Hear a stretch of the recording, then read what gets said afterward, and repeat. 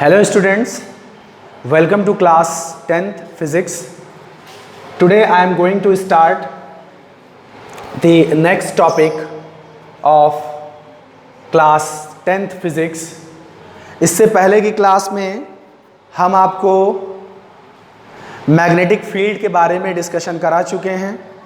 आज हम आपको इसमें जो है वो relationship between electricity and magnetism के बारे में बताएंगे कि रिलेशनशिप जो है वो इलेक्ट्रिसिटी और मैग्नेटिज्म के बारे में क्या है। तो पहले आप ये समझेंगे कि एक शुरुआती दौर में जो है इन बिगिनिंग जो है ये समझा जाता था कि इलेक्ट्रिसिटी और मैग्नेटिज्म के बीच में कोई रिलेशन नहीं है, have no relation between electricity and magnetism. But 1819 में एक साइंटिस्ट आए जिनका नाम ओस्टेड था। उन्होंने क्या कहा, उन्होंने रिलेशन फाइंड किया, कहा कि नहीं, इन दोनों के बीच में रिलेशन है। और क्या उन्होंने स्टेटमेंट दिया है, आइए स्टेटमेंट को पहले देखते हैं। स्टेटमेंट कहता है the effect of electric current passing through a wire. जब कोई भी करंट किसी भी वायर में इलेक्ट्रिसिटी पास हो तो जो उसका इफेक्ट है, due to which the needle of magnetic compass deflects is known as magnetic effect of electric current. मतलब इलेक्ट्रिक करंट का मैग्नेटिक इफेक्ट हो गया है। कैसे? जब भी किसी वायर में, किसी सर्किट में, किसी सिस्टम में करंट प्रोड्यूस कराएंगे, आप इलेक्ट्रिसिटी पास कराएंगे, तो इलेक्ट्रिसिटी पास कराने से उसके चारों तरफ मैग्नेटिक फील्ड पैदा होगी भाई। ओके, इसका सबूत क्या है? मैग्नेटिक निडल है, मैग्नेटिक कंपास निडल है। जब मैग्नेटिक कंपास निडल को कोई भी सर्किट, सपोज कर लें कि ये आपके घर में स्विच ही लगा हुआ हो, कोई भी, जैसे आपने प्रेस का या किसी चीज़ का तार रखा हुआ है, या आप टीवी चला रहे हैं, तो टीवी के करीब जब आप कंपास निडल को करीब में लेकर जाएंगे तो वो इस तरीके से डिफ्लेक्ट होने लगेगा, ऐसे इस तरीके से घूमेगा, ऐसे डिफ्लेक्ट होगा। तो ये क्यों हिल रहा है? ये क्यों हिल रहा है? इसका मतलब करंट के अंदर मैग्नेट की प्रॉपर्टी है। इलेक्ट्रिसिटी पास कराते ही उसके अंदर क्या पैदा होने लगती है? मैग्नेटिक फील्ड पैदा होगी। और मैग्नेटिक फील्ड जब पैदा होगी तो जो कंपास निडल है उसकी सुई जो होगी वो हिलनी स्टार्ट हो जाएगी। तो इसीलिए ओस्टेड ने जो है वो ये नियम आपको क्या किया है, दिया है। ठीक है, तो ये नियम उन्होंने क्या बताया? Relationship between electricity and magnetism के बारे में। The effect of the electric current passing through a wire due to which the needle of magnetic compass deflects is known as magnetic effect of electric current। ये है rule. उसके बाद इसको आप note कर लीजिए, फिर हम ओस्टेड एक्सपेरिमेंट आपको समझाते हैं। ओके,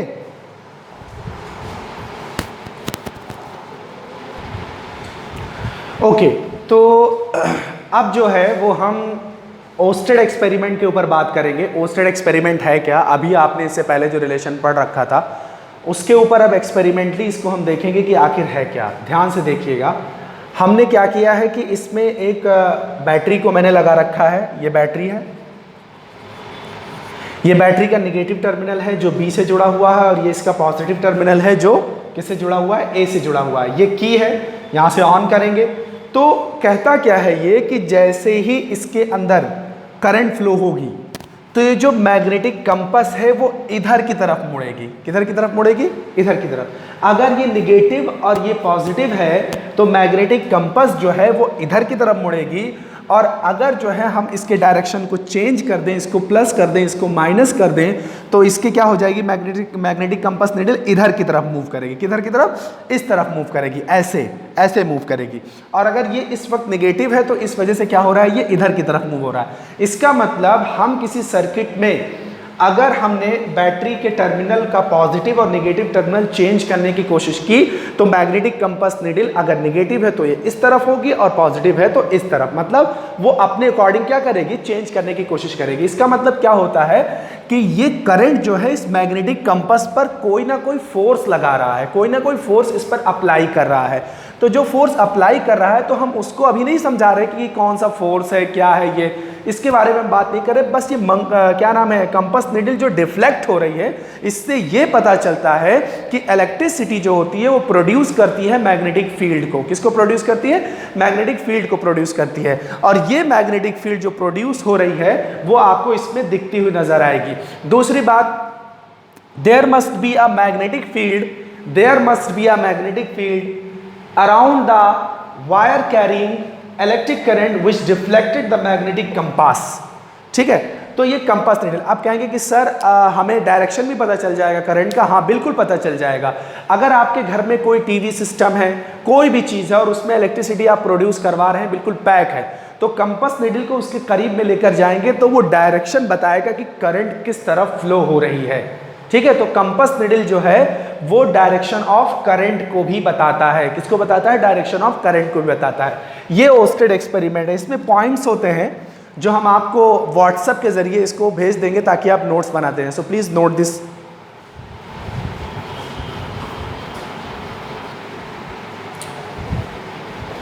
तो फिर अब हम जो है वो नेक्स्ट टॉपिक की तरफ चलेंगे जिसका नाम है magnetic field due to a current through a straight conductor.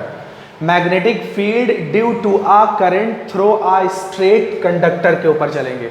अच्छा, आप बताइए कि मैग्नेटिक फील्ड जो है वो एक स्ट्रेट कंडक्टर में किस तरीके से हम खींचते हैं उसको समझेंगे। जैसे कि मेरे पास कोई एक स्ट्रेट वायर है, इस स्ट्रेट वायर में जब हम electric current, DC current I को पास कराएंगे, ध्यान से सुनिएगा, जब हम किसी स्ट्रेट वायर में इलेक्ट्रिसिटी को प्रोड्यूस कराएंगे तो उसमें स्केच ऑफ मैग्नेटिक फील्ड क्या बनने वाला है। आपको मैग्नेटिक फील्ड लाइंस जो है वो दिखेंगी नहीं, लेकिन आप इसको किस पे, बोर्ड, कार्डबोर्ड शीट पे इसको आयरन के थ्रू, आयरन का जो क्या नाम है वो होगा, बुरादा होगा, उसको आप फैला के बिल्कुल कर सकते हैं इस प्रैक्टिकल को, जो कि इसके बाद हम पढ़ाएंगे आपको। पहले ये समझ लीजिए कि किसी भी स्ट्रेट वायर में जो है जब इलेक्ट्रिसिटी को प्रोड्यूस कराया जाता है तो उसके चारों तरफ सर्कुलर पाथ में मैग्नेटिक फील्ड सेट अप हो जाते हैं। ठीक है, किस तरीके से? इसके अंदर इलेक्ट्रिसिटी पास कराएंगे तो क्या होगा, इस तरीके से होगा।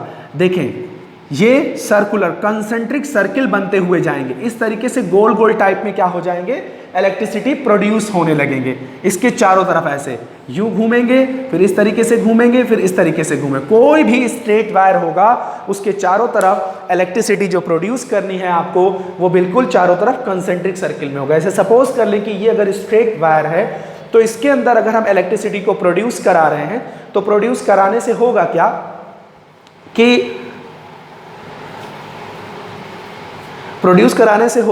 इसमें बेटा, कि जैसे ही इसके अंदर हम इलेक्ट्रिसिटी को प्रोड्यूस कराएंगे तो इसके प्रोड्यूस कराने से ही इसके चारों तरफ क्या पैदा होने लगेंगे, इसके चारों तरफ कंसेंट्रिक सर्किल बनते जाएंगे। पहले छोटा कंसेंट्रिक पहले सर्कल बनेगा, फिर एक बड़ा, फिर उससे बड़ा, फिर उससे बड़ा, मतलब जहां तक इसकी स्ट्रेंथ जाएगी, मतलब इस वायर के थ्रू जो किसी पॉइंट पर मैग्नेटिक फील्ड पैदा हो रहा है, कहां तक जाएगा वो बिल्कुल ये क्या करेगा, शो करेगा कंसेंट्रिक सर्किल को, जो कि मैंने इस फिगर में आपको समझाया है। दूसरी बात, अब कह रहा है कि factors on which the intensity of magnetic field depends, किन किन बातों पर डिपेंड करते हैं, मतलब फैक्टर्स ऑन विच, जिसके ऊपर इंटेंसिटी ऑफ मैग्नेटिक फील्ड की, मतलब यहां पर तो ज्यादा होगा, जाहिर सी बात है। आप अगर इस स्ट्रेट वायर में ले रहे हैं तो स्ट्रेट वायर में यहां पर इंटेंसिटी ज्यादा होगी, फिर यहां पर इंटेंसिटी क्या होगी आपकी, थोड़ी कम होगी, फिर यहां पर थोड़ी और कम होगी, और दूर चले जाएंगे तो और कम होगी, और दूर चले जाएंगे तो और कम होगी। मतलब जितनी डिस्टेंस आप बढ़ाते चले जाएंगे, इंटेंसिटी ऑफ मैग्नेटिक फील्ड जो है वो घटती चली जाएगी, इंटेंसिटी ऑफ मैग्नेटिक फील्ड जो है वो घटती चली जाएगी। ओके, और क्या नाम है, लेकिन वायर के ऊपर जो है वो इंटेंसिटी जीरो हो जाएगी। स्टूडेंट सवाल करते हैं कि सर क्यों, वायर के ऊपर, अगर किसी तार के ऊपर हमें इंटेंसिटी लेनी है इसी के ऊपर, तो जीरो क्यों हो जाएगी? इसलिए जीरो हो जाएगी क्योंकि डिस्टेंस क्या हो जाएगी, जीरो हो जाएगी, और जब डिस्टेंस जीरो हो जाएगी तो उसके ऊपर मतलब इंटेंसिटी क्या हो जाएगी, जीरो हो जाएगी। अब आइए जरा यहां पर ध्यान से सुनिए कि द अमाउंट ऑफ करंट जो है फ्लोइंग थ्रू अ कंडक्टर, सबसे पहले डिपेंड करता है इंटेंसिटी ऑफ मैग्नेटिक फील्ड किस पर, अमाउंट ऑफ इलेक्ट्रिक करंट के ऊपर। जितनी ज्यादा आप इसको इलेक्ट्रिक करंट देंगे, हम फिगर को इसको थोड़ा सा और डीप देखते हैं, इसको थोड़ा सा और हम डीप देखेंगे, ध्यान से देखें। अगर एक वायर है और ये कंसेंट्रिक सर्किल बन रहा है इस तरीके से कंसेंट्रिक सर्किल बन रहा है और इसके अंदर आई फ्लो करा रहे हैं। तो आई के अमाउंट पे डिपेंड करेगा, जितनी ज्यादा आई होगी इलेक्ट्रिसिटी, जितनी ज्यादा आप देंगे करंट, मैग्नेटिक फील्ड स्ट्रेंथ उतनी ही ज्यादा बढ़ती चली जाएगी। B is directly proportional to I के ही इक्वेशन फर्स्ट डाल दिया मैंने। अब यहां से लेकर यहां तक मैं एक स्मॉल r डिस्टेंस ले रहा हूं, r डिस्टेंस ले रहा हूं जो इस तरफ ऐसे घूमेंगे। फिर कह रहा है distance r from the conductor, distance जो r है वो उसके इन्वर्सली प्रोपोर्शनल है। किसके इन्वर्सली प्रोपोर्शनल है?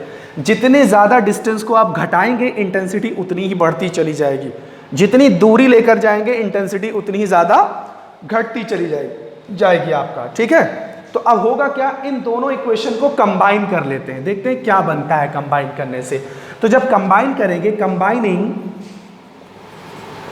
इक्वेशन फर्स्ट एंड सेकेंड दोनों को जब कंबाइन करेंगे तो कंबाइन करने से बनेगा B directly proportional I upon R बनेगा। बट आप जानते हैं कि प्रोपोर्शनल का जब साइन हटाते हैं, प्रोपोर्शनल का साइन हटाते ही क्या होता है, देखिए ध्यान से, प्रोपोर्शनल का साइन हटाएंगे यहाँ से तो B directly proportional I upon combine करने से आ रहा है, तो B is equal to mu not upon, ध्यान से सुनिएगा, mu not upon 2 pi I upon तो R होगा, लेकिन यहां पर हमें 4 लाना है तो इसलिए यहां से 2 से मल्टीप्लाई करेंगे और यहां भी 2 से मल्टीप्लाई करेंगे।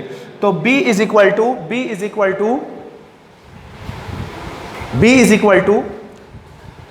टू होगा क्या यहां पर, म्यू नॉट अपॉन 4 पाई और उसके बाद 2I अपॉन क्या हो जाएगा, R हो जाएगा।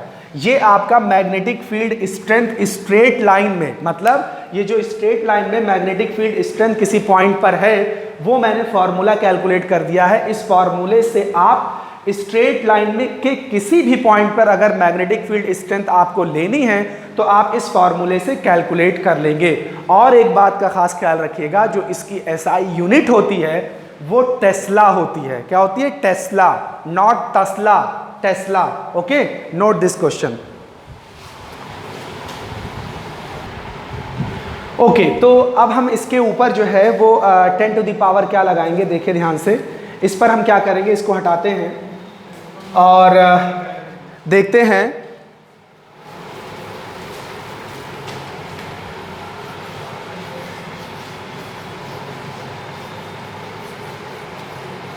ओके, तो B इज इक्वल टू, इतने के जगह पर साइंटिस्टों ने कैलकुलेट किया है 10 टू द पावर -7 और ब्रैकेट में इसको 2I अपॉन R लिख सकते हैं। ये आपका फॉर्मूला बन गया है magnetic field strength at any point. Okay, straight wire के लिए। ठीक है, तो ये आपने क्या कर लिया है, इसका कैलकुलेशन आपने कर लिया। क्या होता है यूनिट इसका, टेस्ला, फिर उसके बाद एम्पियर पर मीटर। इस तरीके से आप नोट करेंगे इसको, तो इसको नोट करेंगे ताकि हम नेक्स्ट टॉपिक की तरफ आपको लेकर चलते हैं। इसको भी नोट कर लें।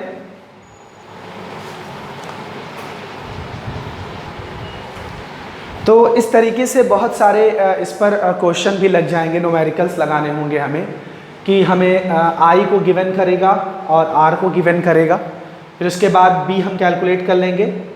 फिर उसके बाद हमें ऑलरेडी बच्चों को ये प्रॉब्लम होती है कि 4 म्यू नॉट अपॉन 2 पाई की वैल्यू जो है वो इसमें 10 टू द पावर -7 है।